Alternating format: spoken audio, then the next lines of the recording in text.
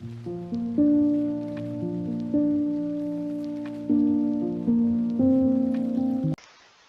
वालेकुम व्यूअर्स, कैसे हैं आप? उम्मीद करती हूँ खैरियत से होंगे। स्टडी विद बीआरडी में आप सबको खुशामदीद। आज की वीडियो है सीएस 101 क्विज फॉल 2023-2024 के बारे में। और क्विज आपका ओपन हो चुका है 14 नवंबर को, और ये 16 नवंबर की रात 12 तक आपके पास दिन है। 3 दिन के लिए ये क्विज ओपन हुआ है, क्योंकि फर्स्ट सेमेस्टर के स्टूडेंट्स के लिए ये सब्जेक्ट होता है, तो इसलिए मैंने कहा कि चलो इस वीडियो को देख के आप लोगों को गाइडेंस मिल जाएगी कि आपका क्विज कैसा होगा और किस तरह के क्वेश्चन आ सकते हैं। तो ये आप टाइमिंग यहाँ पे देख सकते हैं, डेट दे सकते हैं। ये अभी का क्विज जो आपका आज ओपन हुआ है 14 नवंबर 2023 को, यही क्विज मैंने अटेम्प्ट किया है। 2-3 क्विज अटेम्प्ट किए हैं और उसकी वीडियो आपके लिए लेके आई हूँ, ताकि आप लोगों को एग्जैक्टली आइडिया हो कि आपका क्विज किस तरह का होगा, किस तरह के क्वेश्चंस आएंगे। तो चलते हैं हम अपने आज के क्विज की तरफ। पहला क्वेश्चन है, one of the earlier computing devices was the, कि जो पहले कंप्यूटर डिवाइसेस थे उनमें से कौन सा? तो लैपटॉप आज की चीज है, आईफोन भी आज की चीज है, और विंडो ए भी। जबकि अबेकस जो है वो पुराना कंप्यूटर है, तो ये है इसका आंसर, अबेकस।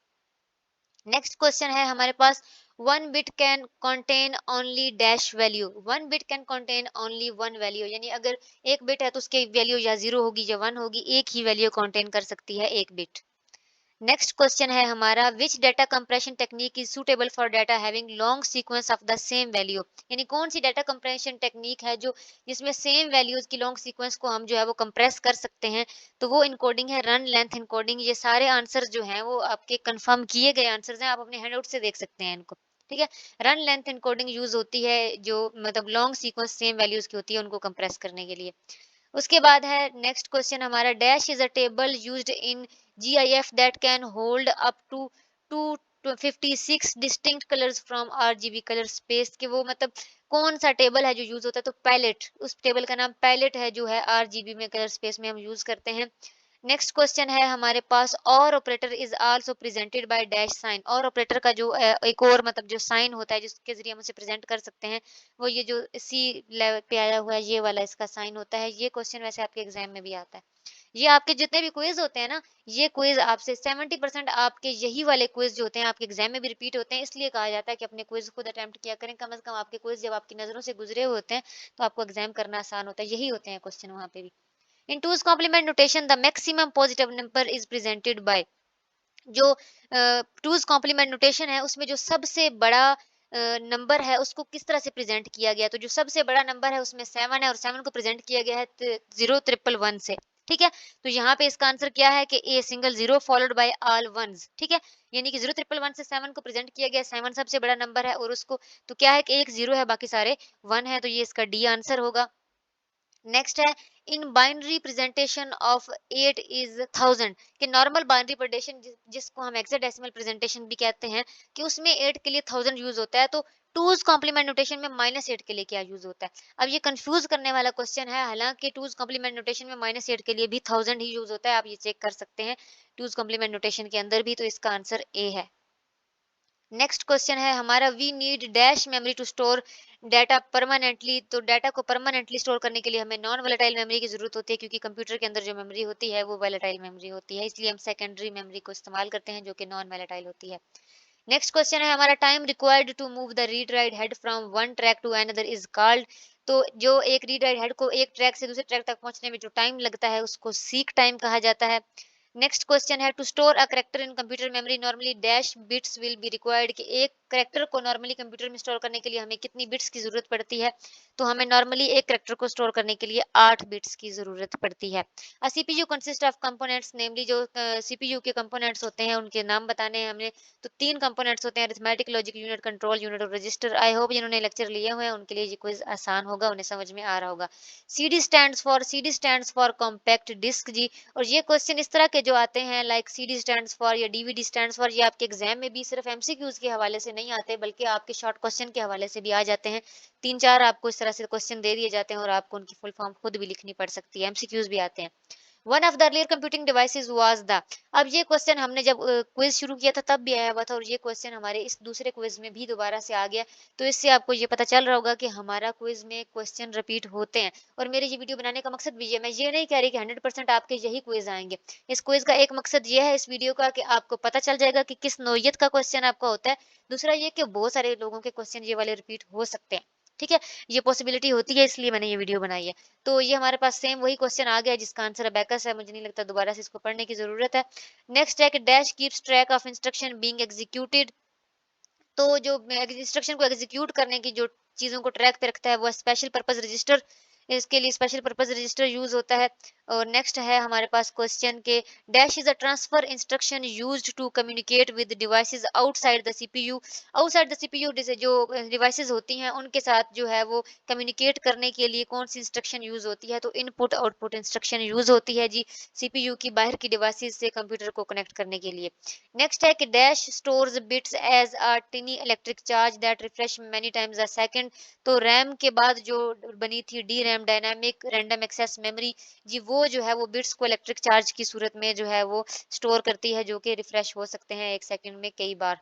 नेक्स्ट क्वेश्चन है हमारा in excess notation zero is presented as. तो एक्सेस नोटेशन के अंदर जीरो प्रेजेंट होता है एक 1000 से। तो 1000 को अगर हम यहाँ पे आंसर्स में देखें तो क्या होगा, one in the most significant bit.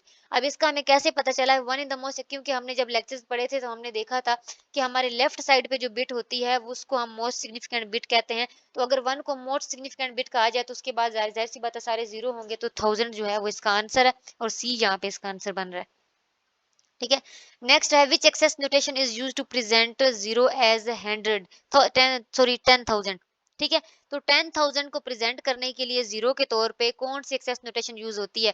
तो ये आपके एक्सेस नोटेशन वाला जब आप चैप्टर पढ़ेंगे वहां पे आपको एक्सेस 3 और एक्सेस 4 तो पढ़ाई गई है, और ये सिर्फ एक लाइन में बताया गया कि 10,000 को प्रेजेंट करने के लिए एक्सेस 16 यूज होती है। हालांकि ये आपका टेबल मौजूद नहीं है आपके सिलेबस में, लेकिन वहां पे सिर्फ एक लाइन में ये लिखा हुआ एक्सेस नोटेशन वाले जब आप चैप्टर को देखेंगे तो वहां से आप कंफर्म कर सकते हैं इसको। नेक्स्ट क्वेश्चन है in floating point notation if value of sign bit is zero then value is presented is. कहते हैं फ्लोटिंग पॉइंट नोटेशन जब आप कर रहे होते हैं तो अगर आपकी साइन बिट जो है वो जीरो है तो इसका क्या मतलब है कि आपकी जो जवाब आएगा वो पॉजिटिव होगा या नेगेटिव। तो अगर आपकी साइन बिट जीरो होती है तो आपका जवाब पॉजिटिव होता है, अगर आपका साइन बिट वन होती है तो आपका जवाब नेगेटिव होता है। नेक्स्ट है एनईएक्स स्टैंड्स फॉर। मैंने आपको पहले भी बोला था कि इस तरह के जो क्वेश्चंस होते हैं कि आपसे जो एब्रिविएशंस पूछे जाते हैं ये क्वेश्चन अक्सर आ जाते हैं। तो ENIAC stands for electronic numerical integrator and calculator. अच्छा, इस चीज में भी आपको कंफ्यूजन हो सकती है कि ये जो एनईएक्स की फुल फॉर्म है, अगर इसको गूगल पे सर्च करें तो ये आखिर में कैलकुलेटर की जगह पे बाज दफा गूगल कंप्यूटर का आंसर दे रहा है, जबकि आप इसको अपने हैंड आउट से भी कंफर्म कर सकते हैं कि यहाँ पे कैलकुलेटर आएगा, कंप्यूटर नहीं आएगा। ठीक है, नेक्स्ट अगले क्वेश्चन की तरफ चलते हैं। Dash operator will give us only those web pages in which the search term appears in the title of the web pages. जब हम इन टाइटल ऑपरेटर यूज करते हैं तो फिर हमें वो वही वेब पेजेस दिखाएगा जो कि हम टाइटल जिनमें टर्म अपीयर हो रही होगी टाइटल, तो यहाँ पे इन टाइटल आएगा। नेक्स्ट है one term could be used more than one thing. एक जो टर्म है वो एक से ज्यादा चीजों को प्रेजेंट करने के लिए यूज हो सकती है। For example word Jaguar.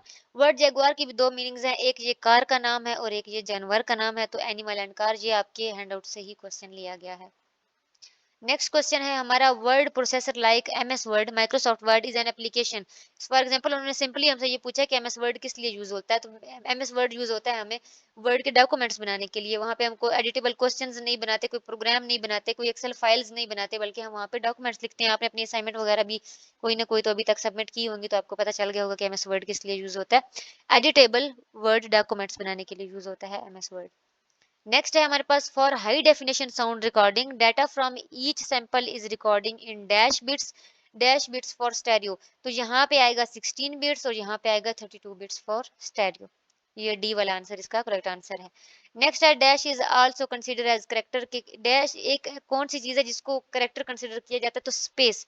जब हम कंप्यूटर में कोई, मैंने पीछे आपको पढ़ाया बताया कि हम नॉर्मली एक करेक्टर को प्रेजेंट करने के लिए 8 बिट्स की जरूरत पड़ती है। तो अगर हम नॉर्मली कोई स्पेस भी देनी है तो उसके लिए भी 8 बिट्स की जरूरत पड़ती है, क्योंकि स्पेस भी एक करेक्टर कंसीडर की जाती है कंप्यूटर की लैंग्वेज में। नेक्स्ट है नॉन टर्मिनेटिंग एक्सपेंशन में also be a source of. कि जो नॉन टर्मिनेटिंग एक्सप्रेशंस होते हैं वो किस किस चीज की वजह बन सकते हैं, कौन सा एरर आता है, तो उसके से ट्रंकेशन एरर आता है। नेक्स्ट क्वेश्चन है हमारा in excess notation zero is presented as. में ये क्वेश्चन पहले भी आ चुका है कि एक्सेस नोटेशन में जीरो किसकी तरह प्रेजेंट होता है, तो 1000 से प्रेजेंट होगा। और 1000 के लिए इन्होंने यहाँ पे, क्योंकि आल जीरो से प्रेजेंट नहीं होता, आल वन से भी नहीं होता, और वन हमारी लीस्ट सिग्निफिकेंट भी नहीं हो सकती, क्योंकि वन मोस्ट सिग्निफिकेंट है, क्योंकि 1000 है। सबसे पहला लफज हमारा वन आएगा, सो इसका आंसर ये बी वाला आंसर है। नेक्स्ट है dash is a transfer instruction use to communicate with devices outside the CPU. ये देखिए मैंने एक टाइम पे, आप लोग टाइम देख सकते हैं कि मेरी स्टार्टिंग टाइम क्या है, एंडिंग टाइम क्या है। मैंने एक साथ ये 4 क्विज़ेस किए हैं और आप देख सकते हैं कि मेरे क्विज़ेस काफ़ी ज़्यादा रिपीट हुए हुए हैं। इसी वजह से मैंने इनको बीच में से स्किप नहीं किया ताकि आप लोगों को पता चल सके कि वाक़ई क्विज़ रिपीट होते हैं।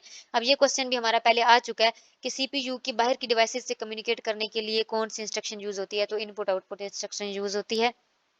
नेक्स्ट एनईएक्स स्टैंड्स फॉर, अगेन वही क्वेश्चन, और आप देख सकते हैं कि ये अलग क्विज में आया हुआ है। ENIAC stands for electronic numerical integrator and calculator. इसी वजह से मैंने इनको स्किप नहीं किया बीच में से। बताने का मकसद सिर्फ ये था कि वाकई क्विज आप लोगों के रिपीट होते हैं। मैं ये नहीं कह रही कि एज इट इज आपका सारा क्विज यही आएगा, लेकिन क्विज रिपीट होते हैं।